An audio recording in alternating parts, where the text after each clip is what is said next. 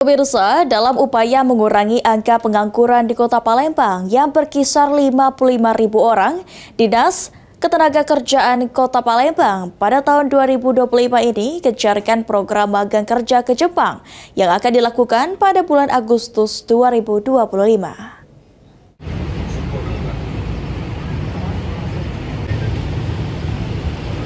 Dalam upaya mengurangi angka pengangguran di Kota Palembang yang masih sekitar 55.000 orang, pemerintah Kota Palembang terus membuka program magang kerja di Jepang.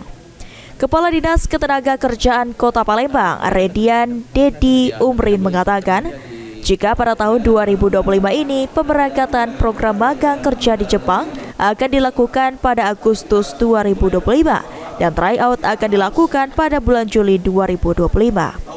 Untuk di tahun 2025 ini, sudah ada lebih dari 60 peserta program magang ke Jepang yang diberangkatkan.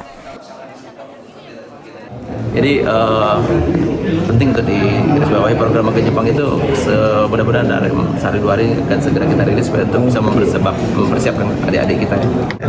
Kita alhamdulillah kemarin sudah kita rekrut itu sudah berangkat galau ke Jepang. Berapa banyak kemarin? Sudah 60 lebih ya. 60 lebih dari Palembang tahun ini Pak ya? Tahun ini.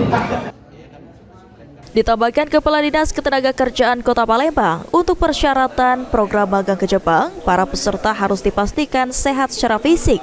Sementara pengetahuan dasar dan kemampuan bahasa sebaiknya sudah disiapkan peserta secara mandiri.